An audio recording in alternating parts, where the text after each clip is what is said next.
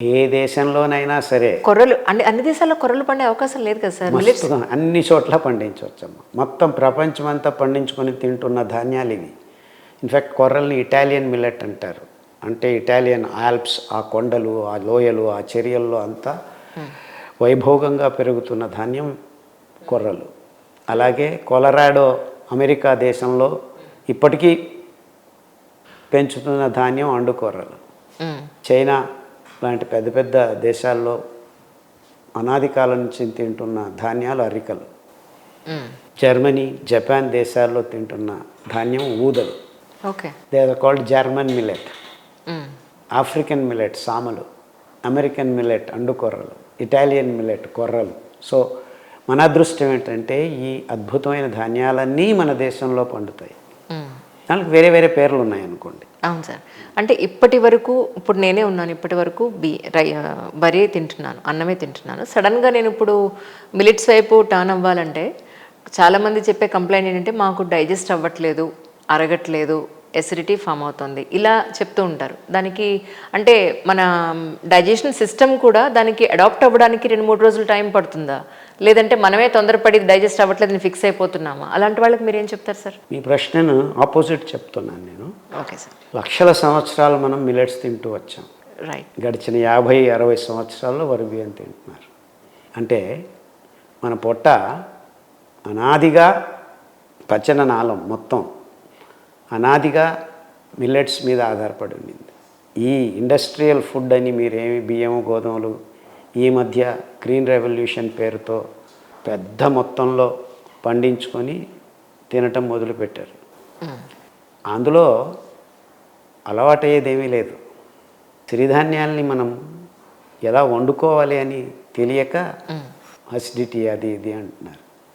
సిరిధాన్యాలకు వరి బియ్యానికి తేడా ఏమిటంటే ఇందులో పీచు పదార్థం ఎక్కువ ఉంటుంది. ఎక్కువ అంటే వరి బియ్యంలో 0 ఉంది కాబట్టి. సో ఈ పీచు పదార్థం ఉన్న ధాన్యాల్ని వండుకునే విధానం వేరే సార్. దాన్ని రాత్రి నానబెట్టి ఉదయం వండుకోవాలి, ఉదయం నానబెట్టి సాయంకాలం వండుకోవాలి. అలా చేస్తే మీకు ఏ ధాన్యంతోనూ ఏ ఇబ్బంది ఉండదు, ఎవరికీ ఉండదు. 2 రోజులు 3 రోజులు వెయిట్ చేయాల్సిన పని కూడా లేదు. దానికి తోడు ఇంకొక అతి వైజ్ఞానికమైన కారణం ఉందమ్మా.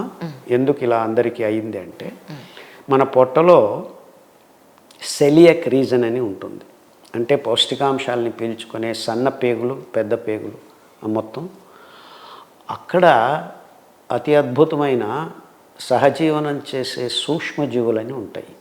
గట్ మైక్రోబ్స్ అంటారు ఇంగ్లీష్. అవి గడిచిన 60 సంవత్సరాల్లో మెల్లిమెల్లిగా నాశనం చేసుకుంటూ వచ్చాం. ఇప్పుడు ఈ వరి బియ్యము గోధుమలు చక్కెర తినటం మొదలుపెట్టిన తర్వాత ప్యాథోజెనిక్ బ్యాక్టీరియా ఎక్కువయ్యాయి. సో దీనివల్ల మీకు మిల్లెట్స్ తినాల్సిన పని లేదు.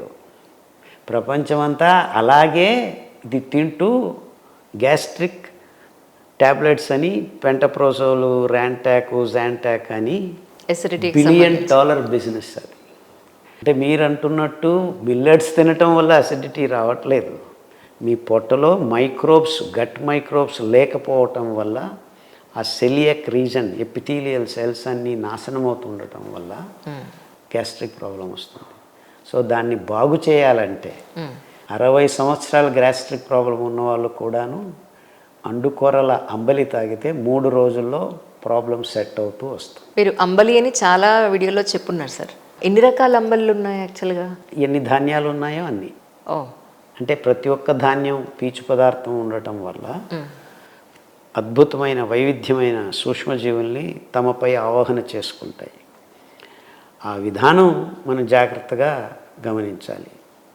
అండుకొర్రలు కానీ, కొర్రలు కానీ, ఊదులు కానీ, ఇంక్లూడింగ్ రాగులు కానీ, దానిని మనం నానబెట్టి జావ కాచుకొని మట్టి కుండలో బట్ట కట్టి కిన్వ ప్రక్రియ అంటారు దాన్ని, ఫర్మెంటేషన్ ప్రాసెస్.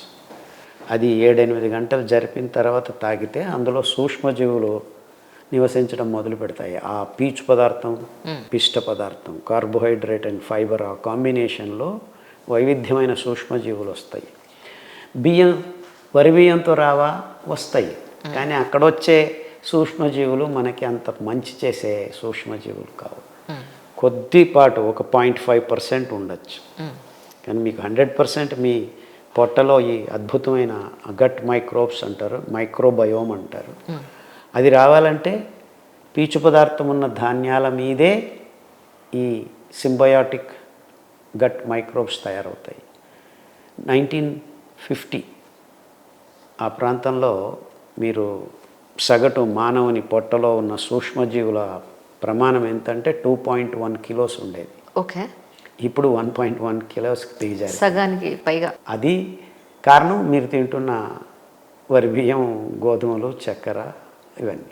మరి బ్రౌన్ రైస్ తింటే పర్వాలేదు, బ్లాక్ రైస్ వచ్చాయి. బ్రౌన్, బ్లాక్, గ్రీన్ అన్ని రైసులు ఒకటే, ఉండేది 0.2 గ్రామ్స్ నారు. ఇదంతా అవగాహన లేక ప్రజలు మాట్లాడుతున్నారు.